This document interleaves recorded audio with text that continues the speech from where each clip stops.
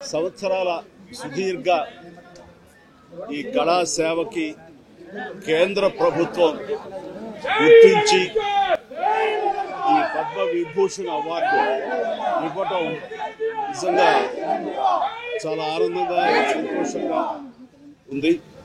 So భారత ప్రభుత్వానికి దానికి వెనకుండి ఈ అవార్డు రావడానికి కారణభూతులైన ప్రతి ఒక్కరికి నా హృదయపూర్వక ధన్యవాదాలు తెలియజేస్తున్నాను.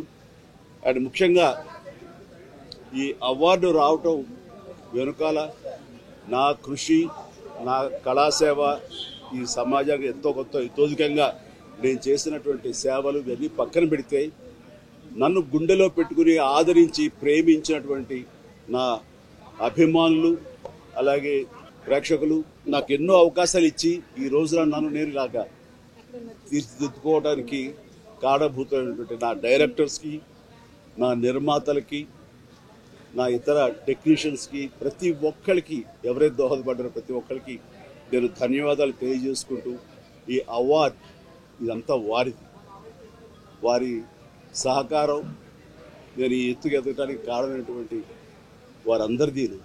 కాబట్టి ఈ సందర్భంగా మరొకసారి నా సంతోషాన్ని తెలియజేసుకుంటూ నేను ధన్యవాదాలు తెలియజేసుకున్నాను. Thank you so much. ఏ టైంకి ఏం రావాలో అది వస్తుంది తప్ప అది రావాలని ఆశ పెడితే వచ్చేది కాదు. That's it. ఏమండి, ఎస్, నిజంగా ఇది వారికి ఎంతైనా రావడం సముచితం. రావాలని నేను కూడా మనస్ఫూర్తిగా అభిలషిస్తున్నాను, రావాలని కోరుకుంటున్నాను. అది ప్రభుత్వ పరంగా చేస్తే కనుక త్వరితగతిన ఇది సహకారం అవుతుంది. అండ్ డెఫినెట్గా ఎంతైనా సరే అటు ఎంజీఆర్ గారికి వచ్చినప్పుడు వీరికి రావటం కూడా అంతకంత సముచితం అండ్ అది ఆనందదాయకం. దానికి నేను ఎప్పుడు నేను ఎదురు చూస్తుంటాను, నేను కోరుకుంటున్నాను రామారావు గారికి భారత రత్న రావాలి అని. ఏమా,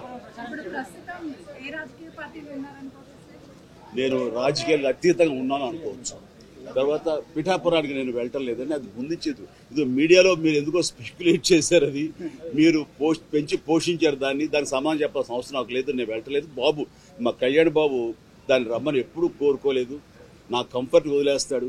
ఆయన తను బాగుండాలి, తన జీవితంలో అనుకున్నది కోరి సాధించాలన్న అభిలషిస్తాను. నేను నాకు ఆశీస్సులు అందజేస్తాను. దానికి నేను తనతో పాటు నేను ఉన్నాను అని చెప్పేందుకు మొన్న ఒక వీడియో బయట ఇచ్చాను. అండ్ ఖచ్చితంగా మా తమ్ముడి యొక్క అభివృద్ధిని, మా తమ్ముడు రాజకీయంగా ఎదగటానికి ఎప్పుడు మా కుటుంబ సభ్యులు మేము మనస్ఫూర్తిగా మనసావాచ కోరుకుంటాం.